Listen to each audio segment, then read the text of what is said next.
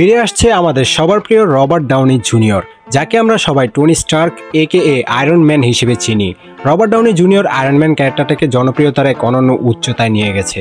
এখনও এমন অনেকে আছে যারা মনে করে আরডিজে আসলে আয়রন ম্যানের নাম, মানে টনি স্টার্ক না বলে অনেকে এই ক্যারেক্টারটাকে আরডিজে বলে। আরডিজে আর আয়রন ম্যান একে অপরের সাথে এতটাই মিশে গেছে, তবে প্রত্যেক শুরুরই শেষ আছে, যদি না সেটা ইনফিনিটি হয়।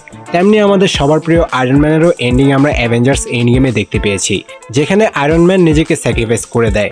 এরপর থেকে মার্ভেল ফ্যানদের একটাই চাওয়া, আরডিজেকে আবার আয়রন ম্যান হিসেবে ফিরিয়ে আনা হোক।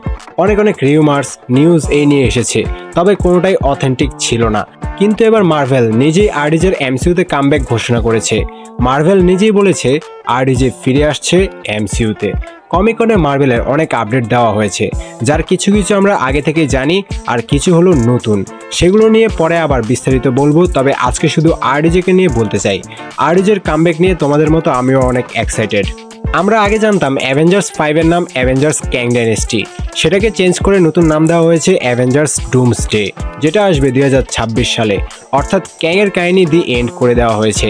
ক্যাংকে লোকি সিরিজের সিজন 2 এর মাধ্যমে শেষ করে দেওয়া হয়েছে, যেমনটা আগেও ধারণা করা হয়েছিল।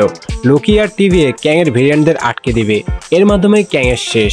এবার মাঠে খেলবে নতুন ভিলেন ডক্টর ডুম, আর আমাদের সবার প্রিয় আরডিজে ডক্টর ডুম হয়ে ফিরে আসছে এমসিইউতে। এরই সাথে আরও একটা খুশির খবর হলো রুশো ব্রাদার্স, যাদের ডিরেক্ট করা ইনফিনিটি ওয়ার আর এন্ড গেমের মতো মুভি আমরা দেখেছি, তারা ফিরে আসছে ডুমসডে আর অ্যাভেঞ্জার্স 6 মানে অ্যাভেঞ্জার্স সিক্রেট ওয়ার ডিরেক্ট করার জন্য। এবার মনে হচ্ছে মার্ভেল তার দিশা সত্যি সত্যি খুঁজে পেল।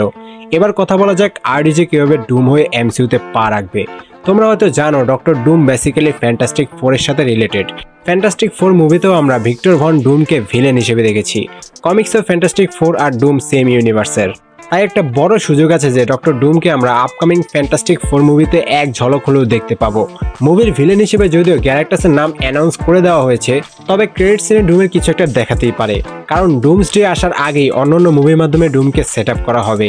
তাই এটার সম্ভাবনা খুব বেশি আছে যে ফ্যান্টাস্টিক 4 এর ইউনিভার্স থেকে ডুমের আগমন এমসিইউতে ঘটবে। তা না হলে হিউজ মাল্টিভার্সের অন্য যে কোনো ইউনিভার্স থেকে এখন ডুমকে তুলে আনা সম্ভব। তবে এই ডুম হয়তোবা আয়রন ম্যানের সাথে কোনোভাবে কানেক্টেড থাকবে। হয়তোবা এটা হতে পারে ইনফেমাস আয়রন ম্যান, যেখানে ডুম আয়রন ম্যানের স্যুট ব্যবহার করে। ইনফেমাস আয়রন ম্যান কমিক্সকে হয়তো চেঞ্জ করে মুভিতে নেওয়া হবে। তো তোমাদের কেমন লাগলো আরডিজে ডুম হয়ে কামব্যাক, কমেন্টে জানিয়ে দিও। Bye bye.